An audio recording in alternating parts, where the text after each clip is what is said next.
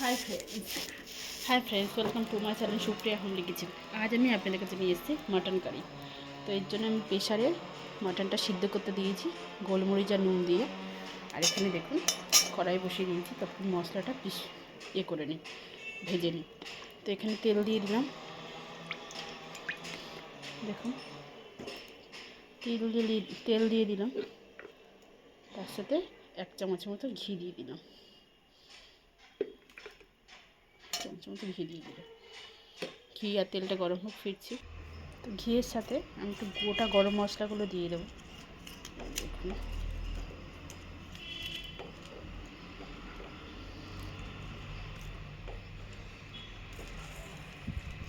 গোলমরিচ, দালচিনি, লবঙ্গ আর এলাচ,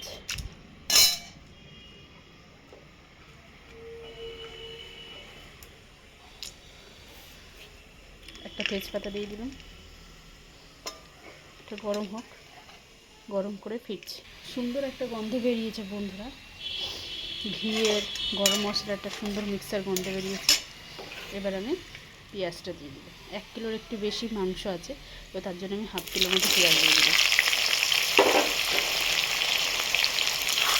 পেঁয়াজটা ভালো করে ভেজে ফিরছি। 1 চামচের মতো রসুন বাটা দিয়ে দিলাম, এটাকে ভেজে নেব।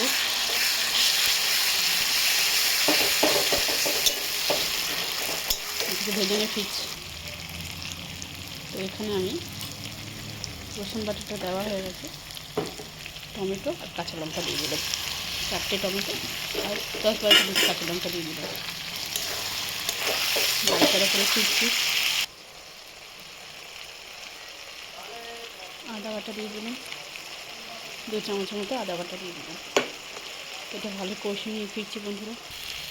এবার আমি গুঁড়ো মশলা দিয়ে দেবো, লঙ্কার গুঁড়ো, যে যেমন ঝাল খাবে অপশনাল দিয়ে দিলাম।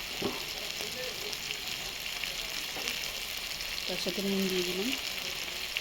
মাটনে আমি নুন সিদ্ধ করতে দিয়েছি, বুঝিয়ে নুনটা দেবো। হলুদের গুঁড়ো দিয়ে দিলাম, 1 চামচের মতো হলুদের গুঁড়ো দিয়ে দিলাম। কষিয়ে ভালো করে ফিরবো, কষিয়ে ফিরছি। একটু জলও দিয়ে দেবো, দেখুন বন্ধুরা একটু জল দিয়ে দিলাম।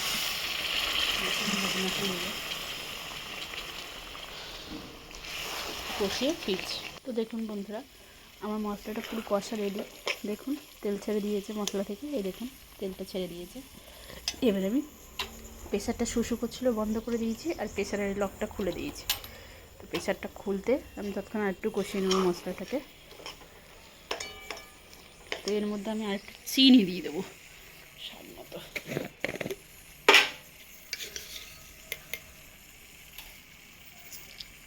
চিনি দিয়ে দিলাম। চিনিটা সুন্দর মতো কষিয়ে ফিরছি আপনাদের কাছে। তো দেখুন বন্ধুরা সিটি দেওয়া হয়ে গেছে, মশলাও ছেড়ে দিয়েছে। এবার আমি মাটনটার মধ্যে ঢেলে দেবো।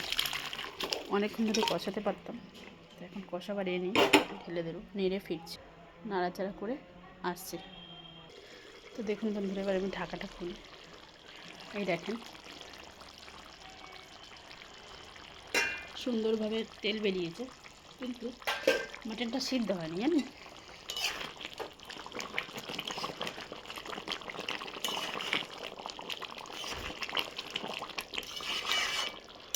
যাই হোক এরকমভাবে ভালো করে কষিয়ে ফিরছি। তো বন্ধুরা দেখুন আমার মাটনটা এখনও সিদ্ধ হয়নি, আমি এটা প্রেশারে দিয়ে দেবো। তো প্রেশারে দিয়ে ফিরছি। তো বন্ধুরা দেখুন ঢেলে নিয়েছি, ওপর থেকে একটু গরম মশলা আর একটু ঘি দিয়ে দিলাম। এবার এটা মুখটা ঢেকে দেবো।